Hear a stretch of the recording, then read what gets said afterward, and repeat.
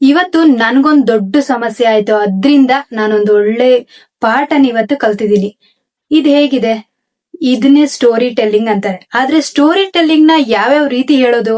Story telling ಅಂತ ಅಂದ್ರೆ ಬರೀ ನೀವು ಯಾವ್ದೋ ಒಂದು ಅನಿಮೇಷನ್ ಸ್ಟೋರಿನ ಹಾಕ್ಬಿಟ್ಟು ಅದನ್ನೇ ಸ್ಟೋರಿ ಟೆಲ್ಲಿಂಗ್ ಅಂತೇಳಿ ಅಂತಾರೆ ಅಂತ ಅನ್ಕೋಬೇಡಿ. ಸ್ಟೋರಿ ಟೆಲ್ಲಿಂಗ್ ಅಂತ ಅಂದ್ರೆ ಒಂದು ಡೈಲಿ ಲೈಫ್ ನ ತಗೊಂಡು ನಾವು ಸ್ಟೋರಿ ಟೆಲ್ಲಿಂಗ್ ನ ಕರೆಕ್ಟ್ ಆಗಿ ಅಲ್ಲಿ ಮಾಡ್ಬೇಕಾಗುತ್ತೆ. ಅದ್ ಹೆಂಗ್ ಮಾಡೋದು? ಸ್ಟೋರಿ ಟೆಲ್ಲಿಂಗ್ ಅಂದ್ರೆ ಏನು? ಇವಾಗ ಫಾರ್ ಎಕ್ಸಾಂಪಲ್ ನೀವೆಲ್ಲರೂ ವ್ಲಾಗ್ ನ ಮಾಡ್ತೀರಾ. ವ್ಲಾಗ್ ಮಾಡುವಾಗ ಏನಾಗುತ್ತೆ, ಎಲ್ಲರೂ ದಿನ ಏನ್ ಹೇಳೋದು, ಡೈಲಿ ಎದ್ಬಿಟ್ಟು ನಾನು ಇವತ್ತು ಇಷ್ಟೊತ್ತಿಗೆ ಎದ್ದೆ, ನನ್ ಕಾಫಿ ಕುಡ್ದೆ, ಟೀ ಕುಡ್ದೆ, ಅದ್ ಮಾಡ್ದೆ, ಇದ್ ಮಾಡ್ದೆ ಅಂತೇಳಿ ಎಕ್ಸ್ಪ್ಲೇನ್ ಮಾಡ್ತೀರಾ. ಇದನ್ನ ಎಕ್ಸ್ಪ್ಲೇನ್ ಮಾಡೋದನ್ನ ಫಸ್ಟ್ ಬಿಡಿ. ಇದನ್ನೆಲ್ಲ ಎಕ್ಸ್ಪ್ಲೇನ್ ಮಾಡೋದಕ್ಕೆ ಹೋಗ್ಲೇಬೇಡಿ. ಇದನ್ನ ಹುಕ್ ಅಂತ ಹೇಳಿ ಕರೆಯಲ್ಲ. ಏನ್ ಸ್ಟೋರಿ ಟೆಲ್ಲಿಂಗ್ ಅಂದ್ರೆ ಏನು, ಯಾವ ರೀತಿ ಇರಬೇಕು? ನಾವು ಒಂದು ಟ್ರಾವೆಲ್ ಮಾಡ್ಬೋದು, ಲಾಗ್ ಮಾಡ್ಬೋದು, ಯಾವುದೇ ಅನಿಮೇಷನ್ ಸ್ಟೋರಿನ ಮಾಡ್ಬೋದು. ಅದಕ್ಕೆ ಯಾವ ರೀತಿ ಇರಬೇಕು, ಅಲ್ಲಿ ನಾವು ಏನೇನ ಪಾಲನೆ ಮಾಡ್ಬೇಕು, ಏನೇನ್ ಪಾಲಿಸಿಗಳಿರ್ತವೆ ಅದನ್ನ ನಾವು ಪಾಲಿಸಿಸ್ ನ ಪಾಲನೆ ಮಾಡ್ಲೇಬೇಕು. ಅದ್ ಏನೇನ್ ಮಾಡ್ಬೇಕು ಅನ್ನೋದನ್ನ ಈ ವಿಡಿಯೋದಲ್ಲಿ ಕಂಪ್ಲೀಟ್ ಆಗಿ ಹೇಳ್ತೀನಿ. ವಿಡಿಯೋಲ್ಲಿ ಸ್ಕಿಪ್ ಮಾಡೋದಕ್ಕೆ ಹೋಗ್ಬಿಡಿ. ನೀವೇನಾದ್ರೂ ನನ್ನ ಚಾನಲ್ ನ ಹೊಸದಾಗಿ ನೋಡ್ತಾ ಇದ್ದೀರಾ ಅಂತ ಅಂದ್ರೆ 2 Bytes ಕನ್ನಡ ಚಾನಲ್ ನ ಸಬ್ಸ್ಕ್ರೈಬ್ ಮಾಡೋದ್ ಮಾತ್ರ ಮರಿಬೇಡಿ.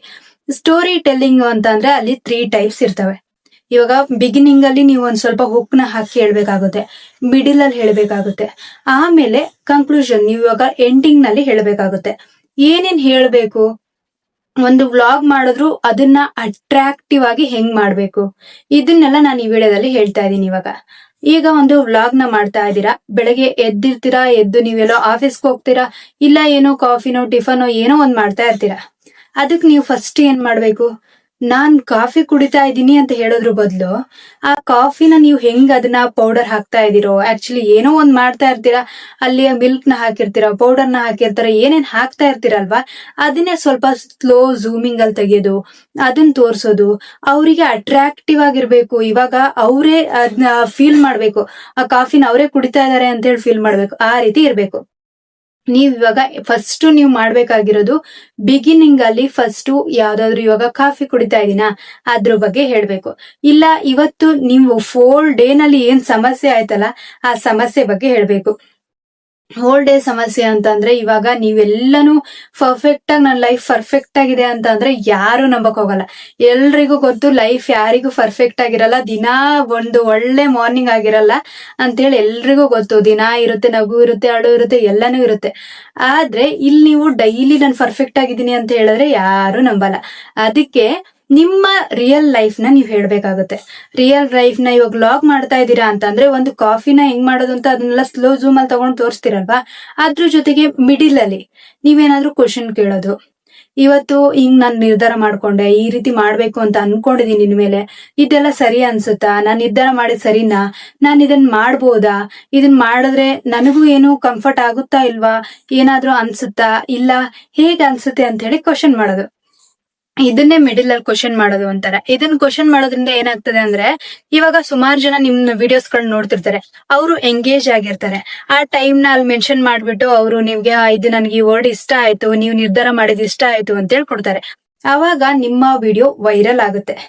ಇದಕ್ಕೆ ನೆನಪಲ್ಲಿ ಇಟ್ಕೊಳ್ಳಿ, ಸ್ಟೋರಿ ಟೆಲ್ಲಿಂಗ್ ಅಂತಂದ್ರೆ ಬರೀ ನೀವು ಯಾವ್ದೋ ಒಂದು ಅನಿಮೇಷನ್ ಸ್ಟೋರಿ ಮಾಡೋದು, ಎಜುಕೇಶನ್ ಸ್ಟೋರೀಸ್ ಗಳನ್ನ ಮಾಡೋದು, ಅದನ್ನ ಮಾಡೋದು ಮಾತ್ರ ಸ್ಟೋರಿ ಟೆಲ್ಲಿಂಗ್ ನ ಅಂತ ಹೇಳಿ ಅನ್ಕೊಳಕ್ ಹೋಗ್ಬೇಡಿ. ಇಲ್ಲೂ ನೀವು ವ್ಲಾಗ್ ಮಾಡ್ತಾ ಇದೀರಾ ಅಂತ ಅಂದ್ರೆ ಒಂದು ಕ್ಯೂರಿಯಾಸಿಟಿ ಇರ್ಬೇಕು.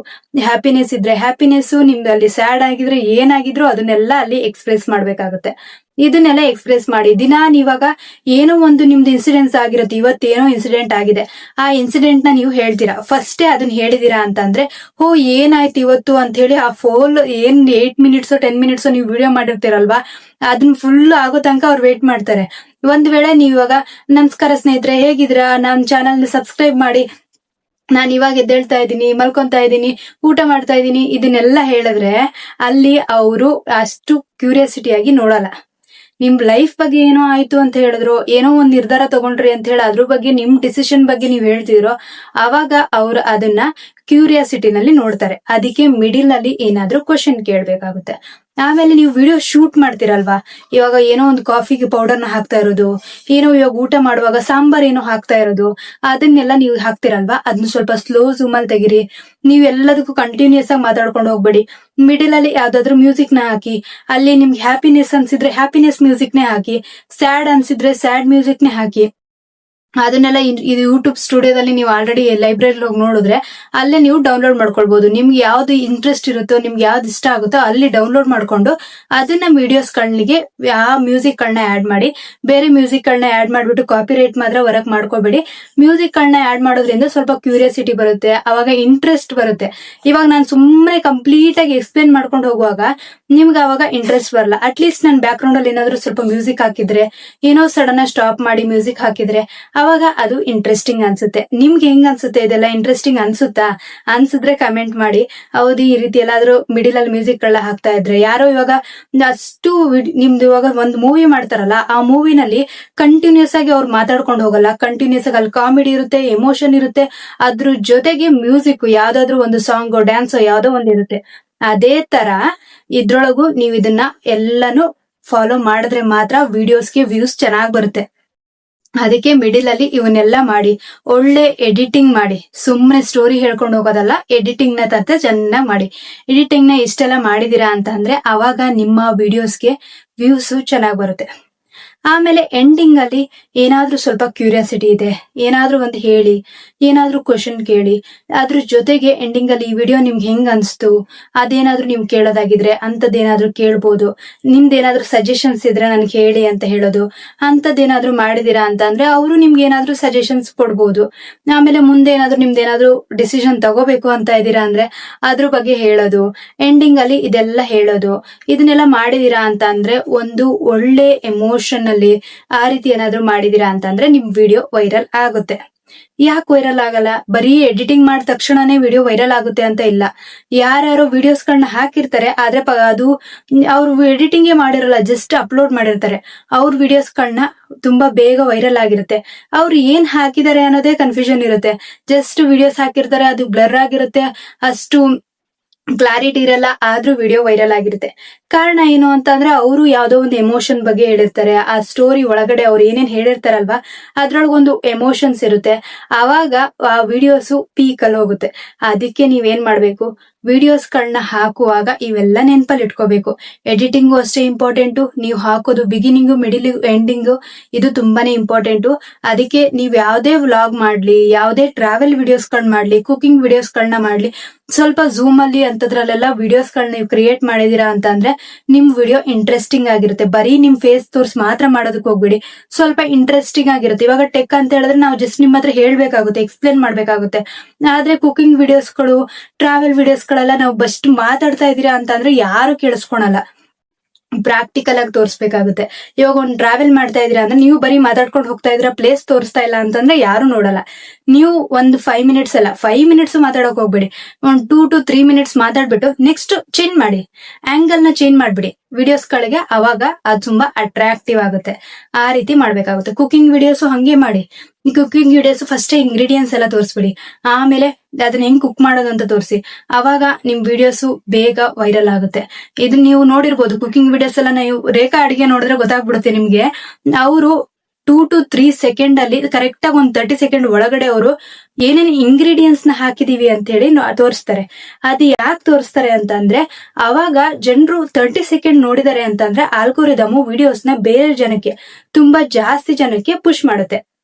ಅದನ್ನ ನೆನಪಲ್ಲಿ ಇಟ್ಕೊಂಡ್ಬಿಟ್ಟು ಸ್ಟೋರಿ ಟೆಲ್ಲಿಂಗ್ ನಲ್ಲಿ ಇದೆಲ್ಲ ಇರುತ್ತೆ. ವ್ಲಾಗ್ ಮಾತ್ರ ಇರಲ್ಲ, ಎಲ್ಲವೂ ಇರುತ್ತೆ. ಅದು ನಿಮ್ಗೆಲ್ಲಾ ಚಾನೆಲ್ಗಳು, ನೀವು ಟೆಕ್ ಮಾಡ್ತಾ ಇರ್ಬೋದು, ಯಾವ್ದಾದ್ರು ಟ್ರಾವೆಲ್ ವಿಡಿಯೋಸ್ ಗಳು ಮಾಡ್ತಾ ಇರ್ಬೋದು, ಕುಕಿಂಗ್ ವಿಡಿಯೋಸ್ ಮಾಡ್ಬೋದು, ವ್ಲಾಗ್ ಮಾಡ್ಬೋದು, ಯಾವುದೇ ವಿಡಿಯೋಸ್ ಗಳನ್ನ ಮಾಡ್ತಾ ಇದೀರಾ ಅಂದ್ರೆ ಅವ್ರೆಲ್ಲರಿಗೂ ರಿಲೇಟೆಡ್ ಆಗಿರುತ್ತೆ. ಅದಕ್ಕೆ ಎಲ್ಲಾ ಕೆಟಗರಿಗೂ ಇದು ರಿಲೇಟೆಡ್ ಆಗುತ್ತೆ. ಒಂದ್ ಸ್ವಲ್ಪ ನೆನಪಲ್ಲಿ ಇಟ್ಕೊಂಡ್ಬಿಟ್ಟು ಆಮೇಲೆ ನೀವು ವಿಡಿಯೋ ಎಡಿಟಿಂಗ್ ಮಾಡುವಾಗ ಅಷ್ಟೇ ಜಾಸ್ತಿ, ಇವಾಗ ನೀವು ಕಾಫಿ ಹಾಕ್ತಾ ಇದೀನಿ ಅಂತ ಅಂದ್ರೆ ಆ 10 ಸೆಕೆಂಡ್ ತನಕ ಹಾಕ್ಬಿಡಿ, 2 to 3 ಸೆಕೆಂಡ್ ತನಕ ಹಾಕಿ. ಅದ್ರ ಸ್ಲೋ ಝೂಮ್ ಕೊಡಿ, ಝೂಮ್ ಔಟ್ ಕೊಡಿ. ಆ ರೀತಿ ಎಲ್ಲ ಮಾಡಿದೀರಾ ಅಂತ ಅಂದ್ರೆ ಸ್ವಲ್ಪ ಇಂಟ್ರೆಸ್ಟಿಂಗ್ ಆಗಿರುತ್ತೆ. ಈ ವಿಡಿಯೋ ನಾನು ಇಷ್ಟೆಲ್ಲ ಹೇಳ್ದೆ, ನಿಮ್ಗೆ ಹೆಂಗ್ ಅನ್ಸ್ತು? ಈ ವಿಡಿಯೋ ಇಷ್ಟೆಲ್ಲ ನಾನು ಏನೇನು ಇದೆಯೋ ಅದನ್ನ ಎಕ್ಸ್ಪ್ಲೇನ್ ಮಾಡಿದೀನಿ. ಇದ್ರ ಬಗ್ಗೆ ನಿಮ್ಗೆ ಹೆಂಗ್ ಅನ್ಸ್ತು ಅಂತ ಹೇಳಿ ನೀವು ನನಗೆ ಕಮೆಂಟ್ ಮಾಡಿ. ನಿಮ್ಗೆ ಇದೆಲ್ಲ ಹೆಲ್ಪ್ಫುಲ್ ಆಗುತ್ತಾ? ಇದೆಲ್ಲ ನಾನು ಇವಾಗ ಒಂದೊಂದು ವಿಡಿಯೋಸ್ ಗಳಲ್ಲಿ ನಾನು ಏನಾದ್ರೂ ಒಂದು ಹೇಳ್ತಾ ಇರ್ತೀನಿ. ಯಾಕೆ ಹೇಳ್ತೀನಿ ಅಂತ ಅಂದ್ರೆ ಇದನ್ನೆಲ್ಲ ತಿಳ್ಕೊಂಡ್ರೆ ನಿಮ್ಗೂ ವ್ಯೂಸ್ ಜಾಸ್ತಿ ಬರ್ಬೋದು. ಅದ್ರ ಜೊತೆಗೆ ವಿಡಿಯೋಸ್ ನಲ್ಲಿ ಒಂದು ಒಳ್ಳೆ ನೀವು ಲರ್ನಿಂಗ್, ಇವಾಗ ಏನ್ ವಿಡಿಯೋ ಎಡಿಟಿಂಗ್ ಮಾಡ್ತಿರಲ್ವಾ ಅದ್ರ ಸ್ಕಿಲ್ ತುಂಬಾ ಚೆನ್ನಾಗಿ ಇಂಪ್ರೂವ್ ಆಗುತ್ತೆ. ಅದಕ್ಕೆ ನಿಮ್ಗೆ ಹೆಂಗ್ ಅನ್ಸ್ತು ಅಂತ ಹೇಳಿ, ಹೆಲ್ಪ್ಫುಲ್ ಆಗಿದೆ ಅಂತಾನೆ ವಿಡಿಯೋಗೆ ನನಗೆ ಕಮೆಂಟ್ ಮಾಡಿ. ಟೂ ಬೈಟ್ಸ್ ಕನ್ನಡ ಚಾನಲ್ನ ಸಬ್ಸ್ಕ್ರೈಬ್ ಮಾಡೋದನ್ನ ಮರಿಬೇಡಿ. ಸಬ್ಸ್ಕ್ರೈಬ್ ಮಾಡಿ. ನೀವು ಜಾಸ್ತಿ ಸಬ್ಸ್ಕ್ರೈಬ್ ಮಾಡ್ದಂಗೆ ನನಗೆ ಬೇರೆ ವಿಡಿಯೋಸ್ಗಳನ್ನ ಹಾಕೋದಕ್ಕೆ ಸಪೋರ್ಟ್ ಸಿಗುತ್ತೆ. ವಿಡಿಯೋ ನೋಡಿದೀರಾ? ವಿಡಿಯೋ ನೋಡಿದ್ಮೇಲೆ ಅಟ್ಲೀಸ್ಟ್ ನೀವು ಒಂದು ಕಮೆಂಟ್ ಮಾಡಿದ್ರೆ ಹೆಲ್ಪ್ಫುಲ್ ಆಯ್ತು ಅಂತ ಕಮೆಂಟ್ ಮಾಡಿದೀರಾ ಅಂತಂದ್ರೆ ನನಗೆ ಬೇರೆ ವಿಡಿಯೋಸ್ಗಳನ್ನ ಹಾಕೋದಕ್ಕೆ ಮೋಟಿವೇಶನ್ ಸಿಗುತ್ತೆ. ಆದಷ್ಟು ಕಮೆಂಟ್ ಮಾಡೋದನ್ನ ಮರಿಬೇಡಿ. ಸಬ್ಸ್ಕ್ರೈಬ್ ಮಾಡಿ, ಸಪೋರ್ಟ್ ಮಾಡಿ, ಹೈಪ್ ಮಾಡಿ. ನೆಕ್ಸ್ಟ್ ವಿಡಿಯೋದಲ್ಲಿ ಮತ್ತೆ ಸಿಗೋಣ.